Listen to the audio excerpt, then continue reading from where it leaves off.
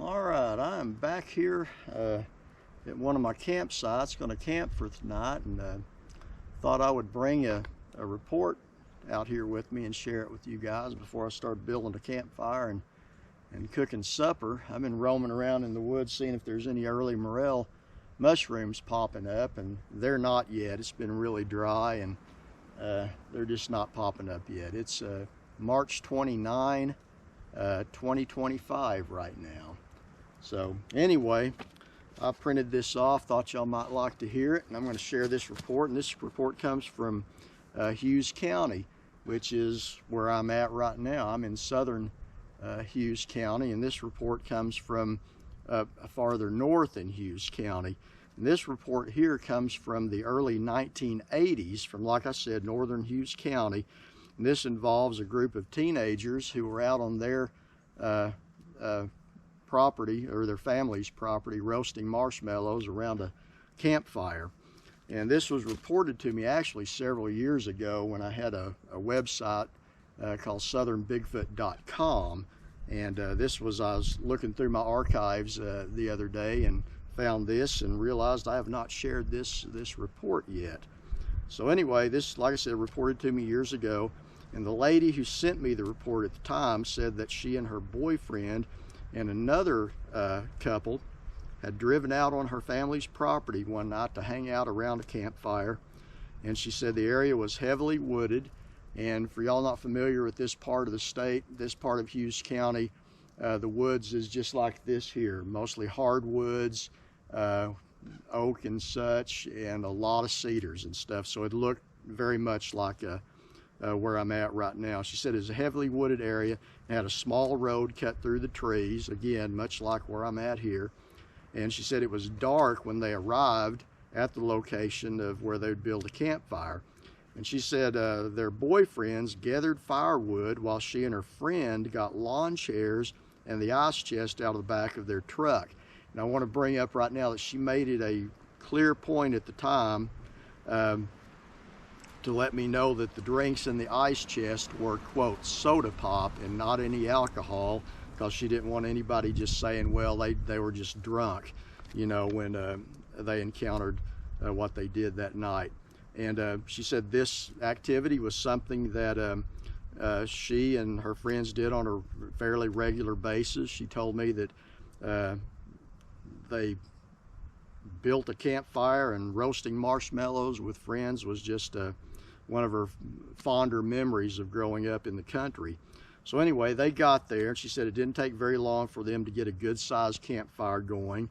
And she said it was in the fall, so the night was chilly, and they all sat close to the fire in their lawn chairs, roasting marshmallows. She said they were making s'mores, which, we've all done at one time or another.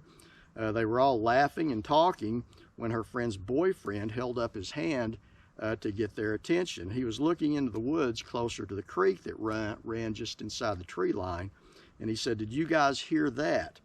And he was still looking into the woods, and they all looked and shook their heads, and she said they didn't hear anything. And he said it sounded like someone was walking in the woods close to the creek bank.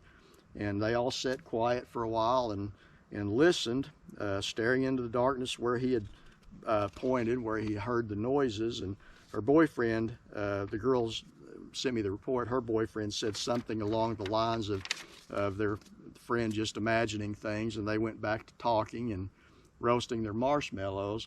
But she said no sooner had they gone back to visiting with each other that then they all heard something moving in the woods, this time from inside the tree line beside them. And I asked her how far she thought this would be from them, and she said she thought it was roughly 20 feet away inside the woods.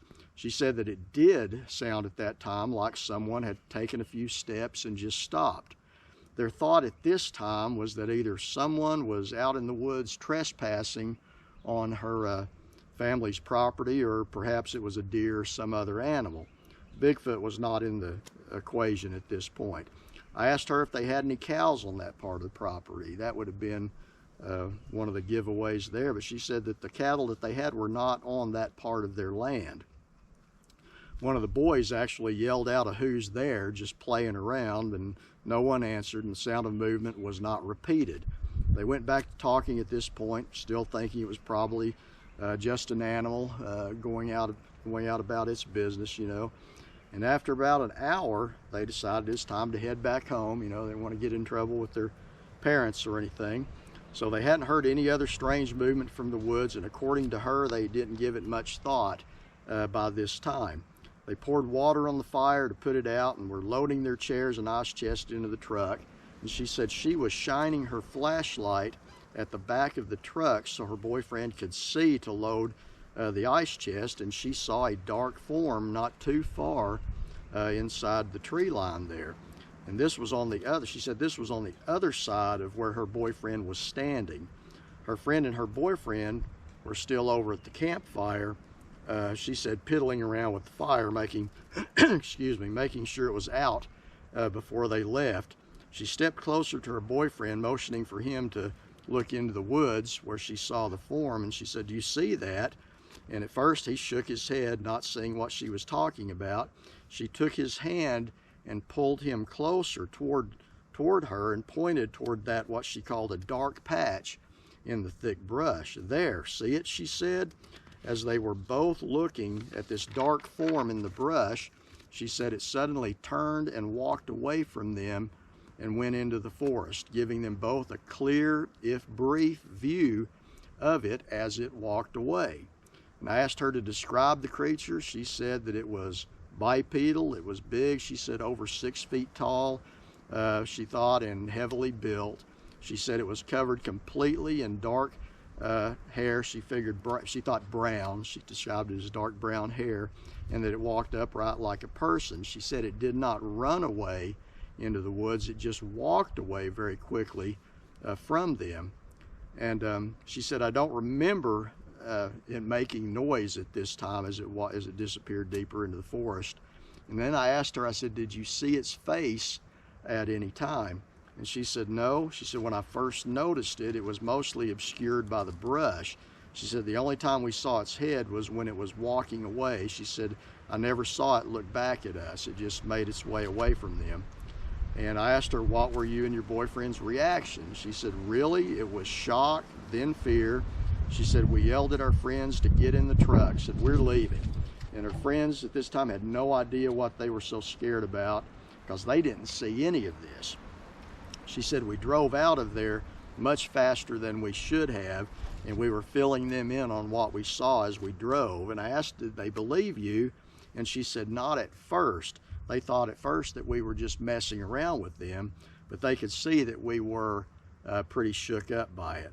I asked her, "Did you tell anyone about it? Did you tell your parents?" And she said, "Yeah, when we got home," she said, "I told my dad, and he believed that we saw something, but he thought we'd probably just spooked a deer or something like that." She said he actually laughed a little about it. And she said, "I didn't talk about it much after that except to a few friends." And I asked her, I said, "Had you ever before that seen anything like this on your property, or did you ever see anything like this again?" And she said, "No, never on our property and never anywhere else." And she said, "And it will be fine with me if I never see it again." And that, she said, that was also the last time her and her friends went back to that location to roast their marshmallows. And then I asked her, I said, "What do you think it was that you and your boyfriend saw that night?" And she just said it was Bigfoot. She said, "Had to be. I don't know what else it could have been." And I said, "And your boyfriend at the time, what did he think?" And she said, "Well, he had the same thought," but she said, "I haven't seen him in years." So that knocked out my next question, you know, if they, how serious they were if they ever got married. I guess they didn't. And she wonders, you know, how long the creature had been near their camp just watching them, or if it had watched them on previous occasions. And you know, you never know, it may have. Did it frequent that area, or was it just passing through at that time? You know, we don't know that. But anyway, that's a report that I received years ago from the county that I live in, and I'm always really interested in reports that come from this county. And as far as how far is it from where I'm at, about 30 miles north of where I'm at here in Southern Hughes County. So it's been a little while since I've shared an encounter report on here, so what new has been going on? Well, I'm excited to say my next book, my first book on Bigfoot sightings, Kiamichi Bigfoot Investigating the Oklahoma Sasquatch, has been out a couple of years now. And my next book, I'm not going to tell you the title yet, but all the manuscript is in the hands of my copy editor right now, and it's being formatted to be published. And in it, I'm going to explore more Bigfoot sightings and other sightings I've investigated, and some of my opinions and thoughts on things concerning that. And another thing that's going to be in this book that was not in the first one is I don't just get Bigfoot reports through my YouTube channel and all of that stuff. I also get reports of other strange occurrences, or other possible cryptids or whatever.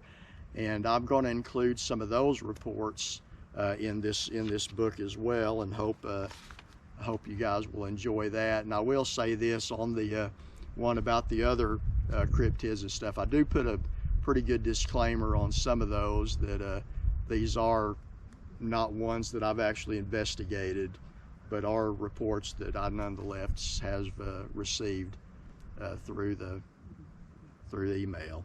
So that being said, I'm going to start getting stuff together and making a campfire and prepare supper. So it's real peaceful out here, and I'm going to enjoy my time in the woods, and with any luck there may be some neighborhood Sasquatch walk into camp. That would be great, as long as he was friendly. So anyway, that's all I've got this time, and if anyone has a report they would like to share or get in contact with me for any reason, you can send me an email at bigfootandmore@yahoo.com. That's bigfootandmore@yahoo.com. I'd love to hear from you, especially if you got a Bigfoot sighting or anything else that you would like to report as well. So that being said, hit a thumbs up if you don't mind. That helps the algorithm and all of that stuff. And if anything interesting happens later on, well, I'll make some videos then too. But until next time, you guys take care and get out and enjoy nature if you get a chance, because it's a wonderful thing.